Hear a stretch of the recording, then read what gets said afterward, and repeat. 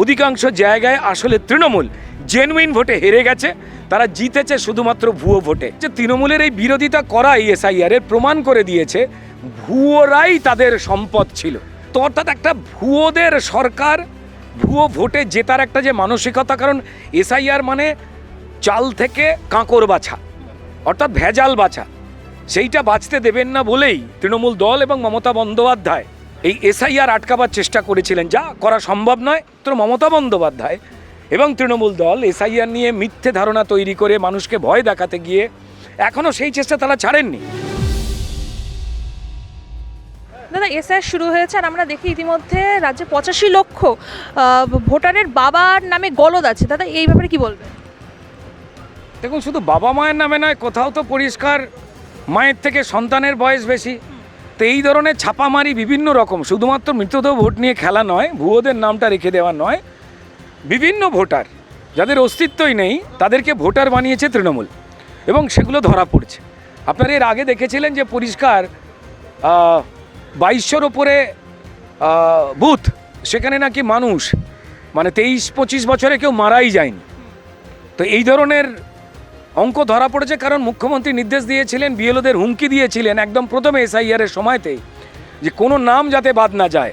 অর্থাৎ আমরা যে ভুয়ো ভোটটাই জিতি, সেই নামটা বাদ গেলে আমাদের ক্রিমিনাল, আমাদের পুলিশরা আপনাদের হেনস্থা করবে, আপনাদের পরিবারদের হেনস্থা করবে, ঘুরিয়ে ফিরিয়ে বলেছিলেন। তো তারপরে ভয়ার্ত হয়ে গিয়ে যারা বিএলও রয়েছেন, তারা সংবিধানের সম্মান রক্ষা করা, সংবিধানের দায়বদ্ধতা রক্ষা করা, নির্বাচন কমিশন কেন্দ্রীয়, তাদের নির্দেশে চলবার কথা থেকে তারা ভয়ে ভয়ে ছিলেন যে আমরা এখানে ন্যায়ের পথে, সংবিধান রক্ষা করবার পথে গেলে আমাদের প্রাণে মেরে দেওয়া হবে, আমাদের পরিবারের সর্বনাশ করে দেওয়া হবে। আপনারা এর আগে দেখেছেন যে চোর জোচ্চোরকে যখন সম্মানীয় হাইকোর্টের বিচারপতিরা শাস্তি দিতেন, রায় ঘোষণা করবার আগে থেকেই তারা এই বিচারপতিদের নামে পোস্টার মারতেন, তাদের পরিবারকে অবধি আক্রান্ত করতে ছাড়তেন না।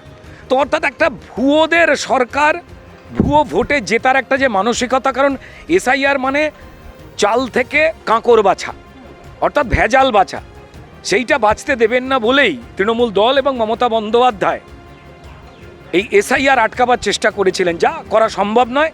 এসআইআর নিজস্ব প্রসেসে হচ্ছে এবং হবে, কারণ সংবিধানে 324 নম্বর ধারা অনুযায়ী এর আগে 8-10 বার হয়ে গেছে, নিয়ম অনুযায়ী হচ্ছে। কিন্তু একমাত্র মমতা বন্দ্যোপাধ্যায় এবং তৃণমূল দল এসআইআর নিয়ে মিথ্যে ধারণা তৈরি করে মানুষকে ভয় দেখাতে গিয়ে এখনও সেই চেষ্টা তারা ছাড়েননি। মরবেন এরা, একদমই মারা পড়বেন আইনের দ্বারা। এবং তারা বিভিন্ন রকম ভয় দেখাবার চেষ্টা, কখনো মতুয়াদের ভয় দেখাচ্ছে, যে আবার কখনো মানুষকে ভয় দেখাচ্ছে, কখনো বিএলওদের থ্রেট দিচ্ছে তৃণমূলের পার্টি অফিসে। তো আলটিমেটলি 16 তারিখে প্রাথমিক খসড়া আসবে এবং সেখানে বিভিন্ন বিধানসভা থেকে দেখতে পাওয়া যাচ্ছে প্রায় এনুমারেশন ফর্ম ফাইনালি জমা দিতে পারলেন না, ফর্ম নেওয়ার পরেও প্রায় কোথাও 20,000, কোথাও 30,000, কোথাও 40,000 ভোটার, অর্থাৎ এরাই ভুয়ো ভোটার হয়ে গিয়ে 2021 বিধানসভায় ভোট দিয়ে তৃণমূলকে জিতিয়েছিল। এবং পরিসংখ্যান বলছে তৃণমূল যে সংখ্যক আসন জিতেছিল তার থেকে অর্ধেক, সেই জেতা আসনের অর্ধেক আসনই তারা বিজেপির থেকে 2 থেকে 5-7 হাজার ভোটে জিতে গেছিল। এবার এই প্রত্যেকটা বিধানসভা থেকে যদি 30-40 হাজার করে নাম বাদ যায়, যা দেখতে পাচ্ছি, যারা এনুমারেশন ফর্ম জমা দিচ্ছে না কেন, ভুয়ো বা ভুল এনুমারেশন ফর্ম জমা দিলে তার জেল অবধি হতে পারে। তো ফলত লোকে জমা দিচ্ছেন এবং প্রমাণিত হচ্ছে এইগুলোই ভুয়ো ভোট, এইগুলোই এরা তৃণমূলকে দিয়েছিল এবং তৃণমূলকে জিতিয়েছিল। তাহলে কার্যত স্পষ্ট হয়ে যাচ্ছে যে অর্ধেকের বেশি আসনে, 210 না 213 আসনে যে তারা জিতেছিল, তার থেকে অর্ধেকের বেশি আসনে অধিকাংশ জায়গায় আসলে তৃণমূল জেনুইন ভোটে হেরে গেছে, তারা জিতেছে শুধুমাত্র ভুয়ো ভোটে। দেখুন, সময়ের অপেক্ষা, এর মধ্যে প্রায় 1 কোটি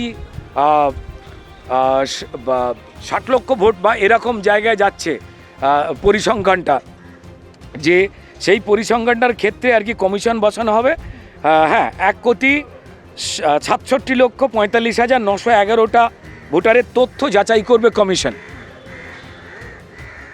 তো তার মানে নিশ্চয়ই গুরুতর ব্যাপার রয়েছে।